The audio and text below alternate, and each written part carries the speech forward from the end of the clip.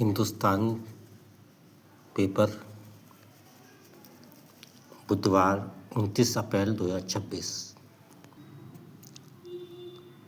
हिंदुस्तान का पहला लेख, पानी के लिए मरते लोग। अफ्रीकी देश चाड ने पानी के लिए दो समूहों के बीच हुई हिंसक लड़ाई में 40 से अधिक लोगों की मौत दुखद तो है ही, दुनिया के आगाह करने वाली भी है। जैसे कि ब्यौरे हैं, चाड के वादी फिरा प्रांत में एक जल स्रोत पर कब्जे को लेकर शुरू हुई झड़प देखते देखते हिंसक प्रतिशोध बदल गई है और लाशों को ढेर लगता गया। पहली नज़र में यह लग सकता है कि चाड का एक नाकाम मुल्क है जहां व्यवस्था काम नहीं समझा करती है। उसका समाज इस दौर में भी इंसान जान की अहमियत नहीं समझ सका। मगर बात इतनी ही नहीं है। अनाज व जल इंसान के अस्तित्व की दो मूल अनिवार्यताएं हैं।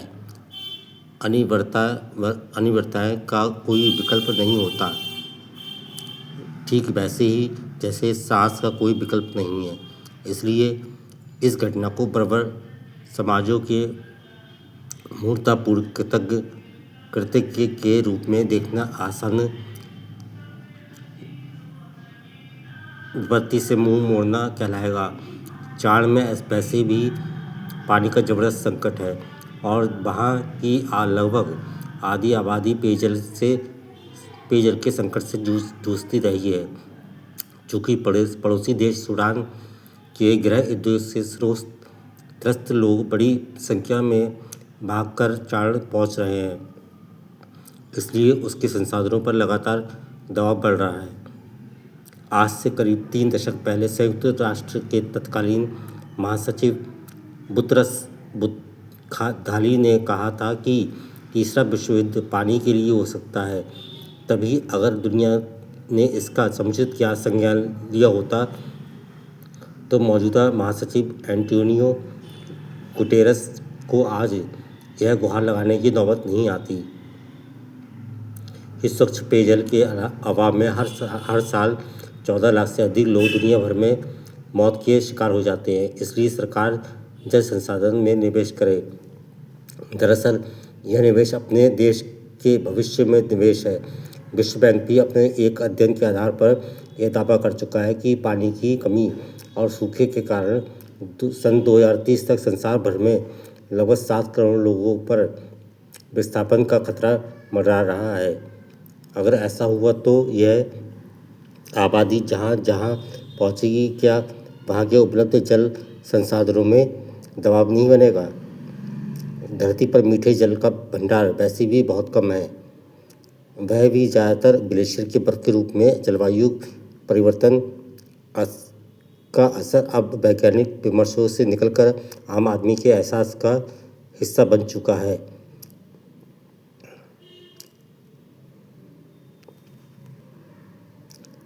मौसम चक्र में तेज बदलाव हर कोई महसूस कर रहा है। इसके बाद भी यदि गफलत का आलम बना रहा है तो चाड जैसी घटनाएं नाकाम मुल्कों तक मौजूद नहीं रहेंगी। इसकी चपेट में तरक्की का दावा करने वाले देश भी आ सकते हैं। चाड जैसी घटनाओं से भारत की नीति निर्धारकों को सब सीखने की जरूरत है। तब तो और जब हमारे कई महानगर व बड़े शहर गर्मियों में पानी की किल्लत से जूझने लगे हैं। राजधानी दिल्ली में ही हर गर्मी में पानी की किल्लत से जूझने लगे हैं। पानी के लिए कच्ची कॉलोनियों में लड़ाई झगड़े की खबरें छपती रहती हैं। जाहिर है आने वाले समय में तमाम बड़े शहरों पर जनसंख्या का दबाव बढ़ेगा। ऐसे में पहले से ही संसाधनों की कमी से जूझ रही शहरी आबादी की सुविधाएं इससे प्रभावित होंगी। इसलिए स्वच्छ पेयजल की आपूर्ति ही नहीं, जल स्रोतों के संरक्षण व नदियों का प्रदूषण मुक्त बनाने को लेकर हमें गंभीर होने की जरूरत है। निसंदेह यह काम सिर्फ सरकार के बूते संभव नहीं है, बल्कि नागरिक समाज को भी अपनी संततियों के बारे में सोचना होगा। हमें अपने जल स्रोतों को नष्ट करने से बचाना होगा, वरना सामाजिक टकराव को टाला नहीं जा सकता। अगला लेख फैजान मुस्तफ़ा, कुलपति चाणक्य राष्ट्रविधि विश्वविद्यालय। न्यायिक मर्यादा पर कोई आँच न आए। हर इंसान को यह हक है कि खुद को निष्पक्ष और पूर्वाग्रह रहित माने, किंतु न्यायिक प्रक्रिया में जजों को यह विशेष अधिकार हासिल नहीं होता। यहाँ उनके खुद के आकलन को नहीं, दूसरे के द्वारा उनकी निष्पक्षता और तटस्थता के मूल्यांकन को अहम माना जाता है। अफसोस, एक न्यायमूर्ति न्यायिक मर्यादा के इस बुनियादी नियम की अनदेखी करते लग रही है। हर जगह चर्चा यही है कि याचिकाकर्ता अरविंद केजरीवाल और न्यायमूर्ति स्वर्ण कांता शर्मा दोनों ने अपने व्यवहार से भारतीय न्याय व्यवस्था को छवि धूमिल की है। क्या उन्होंने जानबूझकर न्यायिक उद्देश्य के बजाय अपने अहम को अधिक महत्व दिया है? न्यायाधीश से इस केस को छोड़ने की याचिकाकर्ता की गुजारिश एक सामान्य प्रक्रिया थी, पर खुद जिरह करके याचिकाकर्ता ने सुर्खियां बटोरने का प्रयास किया है। अरविंद केजरीवाल के तर्कों में ऐसा कुछ नहीं था जिससे उनका प्रतिनिधित्व करने वाला वकील ना रख पाता। इसी तरह न्यायाधीश भी खुद को इस मुकदमे से अलग कर सकती थी, जिससे विवाद वहीं खत्म हो जाता।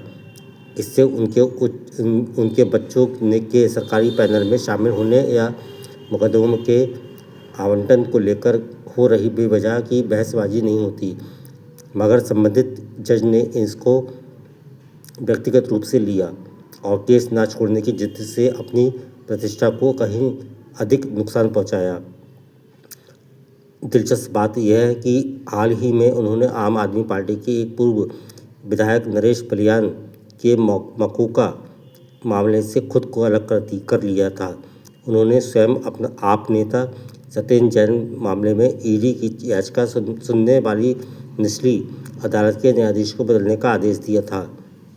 वहीं केजरीवाल के 25 बिंदुओं वाले लंबे पत्र ने स्थिति और बिगाड़ दी। यह चिंताजनक प्रवृत्ति है, क्योंकि चिट्ठी कार्यपालिका को लिखी जाती है, न्यायाधीश को नहीं। बेशक अदालत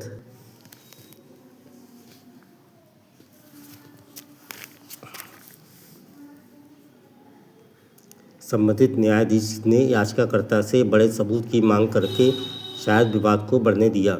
न्यायाधीश का कर्तव्य है कि वह अन्याय को किसी भी भावना और पक्षपात की आशंका को दूर करे। यहाँ यह उल्लेख उचित होगा कि सर निकोलस बेकन सन 1563 में मामले में कहा गया था कि न्यायाधीश से यह अपेक्षा की जाती है कि यदि किसी मुकदमे में उसका प्रत्यक्ष आर्थिक हित हो तो वह खुद को उस मामले से अलग कर ले। संबंधित न्यायमूर्ति के परिजन सन 2023 से लेकर 2025 के बीच आवंटित 5,904 मुकदमों से प्राप्त लाभ भले आर्थिक लाभ की कसौटी पर पूरी तरह खरा ना उतरा हो, लेकिन यह संदेह पैदा करने के लिए पर्याप्त है। यहाँ यह ध्यान रखना चाहिए कि सर्वोच्च न्यायालय की न्यायमूर्ति और आर.वी. रविधरन ने साल 2009 में केजी बेसिन मामले में अंबानी बंधुओं के खिलाफ चल रहे एक मुकदमे से खुद को अलग कर लिया था, क्योंकि उनकी बेटी उस लॉ फर्म में काम कर रही थी जो एक पक्ष की कानूनी सलाह दे रही थी। कोई भी तरफदारी फैसले की प्रभावित नहीं करती है और इस मामले में दुर्योग से न्यायपूर्ति का झुकाव ही केंद्र में आ गया। निसंदेह संबंधित न्यायमूर्ति निष्पक्ष निर्णय देगी, लेकिन उस फैसले की वैधता पर सवाल फिर भी उठेंगे। इतना ही नहीं कि उनके द्वारा खुद को उस मामले से अलग ना करने से न्यायपालिका की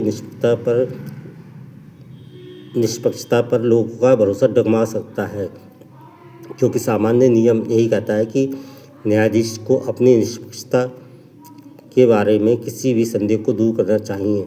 उधर याचिकाकर्ता पूर्व मुख्यमंत्री के साथ काम कर चुके कई लोग मानते हैं कि आम आदमी पार्टी के नेता ऐसा जज चाहते हैं जो उनका हितैषी हो।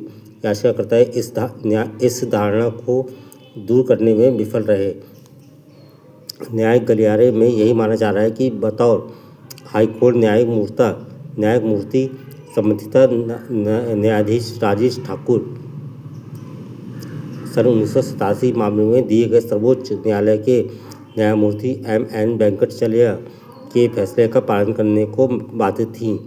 उस ऐतिहासिक फैसले में सर्वोच्च न्यायालय ने कहा था कि पक्षपात की आशंका को जांचने के दौरान प्रासंगिक बात यही है कि पक्षकार की आशंका कितनी तर्कसंगत है।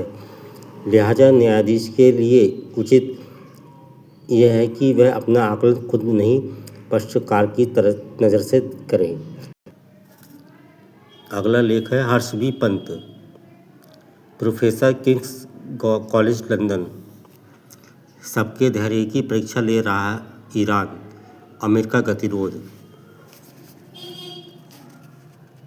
अमेरिका ईरान युद्ध से अंतर्राष्ट्रीय राजनीति की यह सच्चाई एक बार फिर उजागर हो गई है कि सैन्य श्रेष्ठता जरूरी नहीं है कि हमेशा राजनीतिक रूप से श्रेष्ठ परिणाम ही दे। इतिहास अक्सर हमें यह याद दिलाता है कि शासन, विशेषकर वैचारिक रूप से मजबूत शासन व्यवस्था, आसानी से ध्वस्त नहीं हुआ करती है। मार्च के अंत तक ईरान अमेरिका युद्ध जटिल चरण में प्रवेश कर गया। अप्रैल की शुरुआत में पाकिस्तान ने मध्यस्थता की पहल की और युद्ध विराम घोषित हुआ, मगर यह अस्थायी युद्ध विराम जैसा प्रतीत हुआ। अप्रैल के अंत तक स्थिति तनावपूर्ण गतिरोध में तब्दील हो गई। अब बड़े पैमाने पर हमले रुक गए हैं, लेकिन अमेरिका द्वारा समुद्र में और ईरान द्वारा हॉर्मुज़ जलमार्ग पर लगाई गई नाकाबंदी से यह आर्थिक युद्ध जारी है। वास्तव में यह कोई शांति नहीं है, बल्कि संघर्ष का एक नया स्वरूप है। ईरान हालांकि नरम पड़ा है, फिर भी टिका हुआ है। उसकी सैन्य क्षमताएं, विशेषकर ड्रोन व मिसाइलें, कम तो हुई हैं, लेकिन पूरी तरह से खत्म नहीं हुई हैं।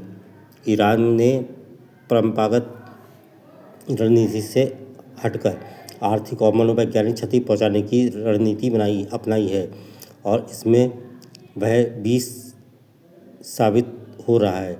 अमेरिका इजराइल को ईरान की बुनियादी ढांचों के ध्वंस या कमांडरों के खात्मे में जो सामरिक सफलताएं मिली हैं, उनसे कोई निर्णायक नतीजा नहीं मिलता है।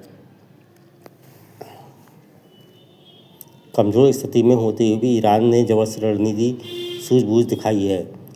उसकी मिसाइलों और ड्रोन को भले ही अमेरिकी इजराइल प्रक्षेपास्त्रों ने गिरा दिया, फिर भी गैर परंपरागत युद्ध रणनीति के कारण ईरानी मिसाइलों और ड्रोन ने इनके ठिकानों को भारी नुकसान पहुंचाया है। हॉर्मुज़ का इस्तेमाल करके ईरान ने यह भी साबित कर दिया कि भू राजनीति में भूगोल महत्व हमेशा बना रहता है। हालांकि तेहरान की रणनीति की अपनी समस्या है। उसके सैन्य संसाधन लगातार कम हो रहे हैं, उसकी अर्थव्यवस्था भारी दबाव में है और उसका समर्थन आधार पाबंदी के कारण कमज़ोर हुआ है। कुल मिलाकर यह धैर्य की परीक्षा लेने वाली और बेचैन करने वाली लड़ाई बन गई है।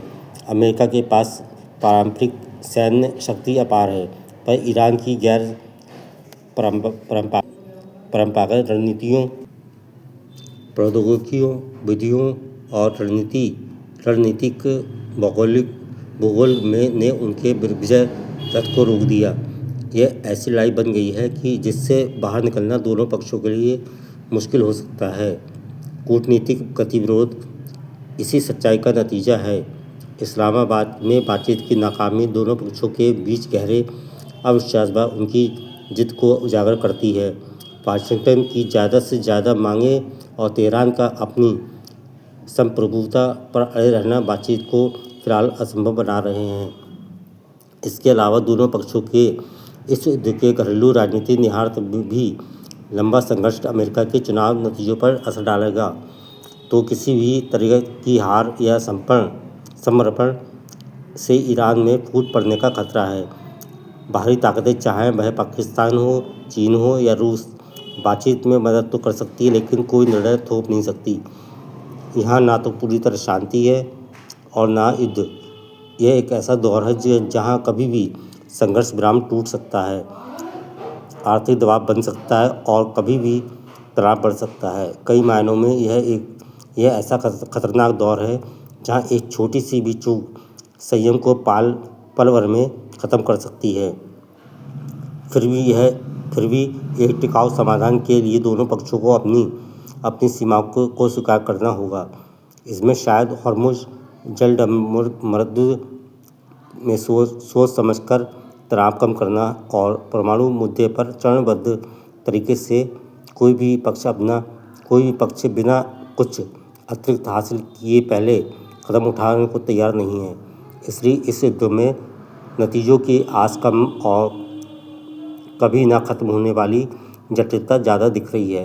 यह शक्ति, भूगोल, तकनीकी और राजनीति आपस में इतने जुड़े हुए हैं कि जल्द समाधान निकलना लगभग नामुमकिन है। अगला लेख है कोरिया का नासूर। कोरिया का नासूर फिर टूट पड़ा है। मैकार्थर के पदच्युति के बाद ऐसी आशा जाग पड़ी थी कि संभवतः यह वर्ण धीरे धीरे ठीक हो जाएगा, किंतु चीनी सेना के भारी प्रत्याक्रमण ने उसे विलीन कर दिया है। इस आक्रमण के वेग का अनुमान इसी से लगाया जा सकता है कि एक सप्ताह से भी कम समय में सियोल पुनः चीनी तोपों को गोलाबारी के परिधि में आ गया और अमेरिकी सेनाएं बराबर पीछे हटती जा रही हैं।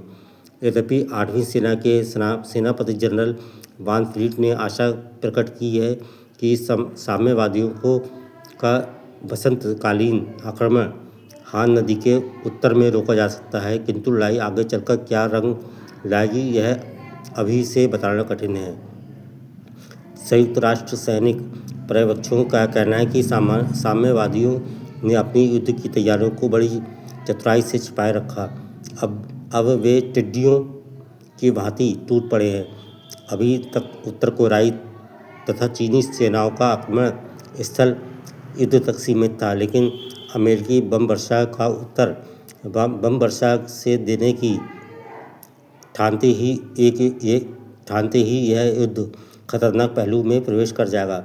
हाल ही में एक समाचार प्रसारित हुआ था कि पूर्वी सागर में रूस ने अपनी पनडुब्बियां चीन को हस्तांतरित कर दी हैं और यालू नदी की सीमा के पार करीब 700 विमान एकत्र हैं। अमेरिका में मैकार्थर नीति के समर्थक बराबर इस बात के लिए आंदोलन कर रहे हैं कि मंचूरियों के अड्डों पर बम वर्षा की जाना चाहिए, किंतु दूसरे पक्ष वालों का कहना है कि चीन पर बम गिराने की नीति से युद्ध स्वयं अमेरिका में आ जाएगा। डूबते हुए को तिनका का सहारा। संयुक्त राष्ट्र अमेरिका के परराष्ट्र सचिव श्री अचेसन ने चीनी राष्ट्रवादियों के साथ एक गुप्त समझौते को अब प्रकट कर दिया है। अमेरिका का फौजी सहायता के बल पर चीन की प्रधान भूमि पर पुनः अधिकार करके स्वयं च्यांगयाई शेख की सरकार के लिए आकाश कुसुम चयन करने के समान है। हाँ, वह डूबते हुए के लिए तिनके का सहारा सिद्ध हो सकता है, लेकिन श्री अचेसन की घोषणा के पूर्व अमेरिका के उप रक्षा मंत्री ने अपने एक वक्तव्य में बताया था कि फार्मोसा के लिए अमेरिका जो सैनिक दल भेज रहा है उससे करीब 600 सैनिक अफसर होंगे। मनसावाचक रमणा, भेद मिटे तो एक तत्व का भाव जगे। सामान्य दृष्टिकोण में यह संसार अनेकता से भरा हुआ दिखाई देता है। व्यक्ति अलग, वस्तुएं अलग, विचार अलग, लेकिन आध्यात्मिक दृष्टि से यह विविधता एक गहरे एकत्व की अभिव्यक्ति मात्र है। यही वह बिंदु है जहाँ ब्रह्मा का ज्ञाता साधारण व्यक्ति से भिन्न हो जाता है। सामान्य व्यक्ति पानी और बर्फ़ को अलग अलग मानता है, जबकि समझदार व्यक्ति जानता है कि बर्फ़ पानी की ही स्थूल रूप है। इसी प्रकार साधारण बुद्धि व्यक्ति वस्तु और उनके संबंधों में भेद देखती है, जैसे कुम्हार और घड़ा, धर्म और अधार्मिक व्यक्ति। वहीं ब्रह्मा का ज्ञाता इन सब में एक ही चेतना का प्रभाव दिखता है। इसके लिए यह संपूर्ण जगत उसी परम सत्ता का विस्तार है। संसार और ब्रह्मा अलग है, यह प्रश्न सीमित दृष्टि का परिणाम है। जब चेतना व्यापक होती है तो यह प्रश्न अपने आप समाप्त हो जाता है। ब्रह्मा का ज्ञाता अनुभव करता है कि सब कुछ उसी का रूप है और वह स्वयं भी और जगत भी। जैसे हमारे मन में लंदन की कल्पना और हमारा मन अलग नहीं होते, वैसे ही यह सारा विश्व ब्रह्मा की ही मानसिक अभिव्यक्ति है। उपनिषदों में कहा गया है कि ब्रह्मा का कोई तुल्य या तुलना नहीं है, न तस्य प्रतिमा अस्ति। तुलना तभी संभव है जब दो वस्तु हों। ब्रह्मा तो अद्वितीय है, वह शब्दों और विचारों की सीमा से परे है, फिर भी उसे अनुभव किया जा सकता है, लेकिन बौद्धिक तर्क से नहीं, बल्कि आत्मिक अनुभूति से। जब एक नमक की गुड़िया समुद्र की गहराई मापने जाती है तो वह स्वयं समुद्र में विलीन हो जाती है। ठीक वैसे ही जब साधक ब्रह्मा को जानने का प्रयास करता है तो वह स्वयं उसी में लीन हो जाता है।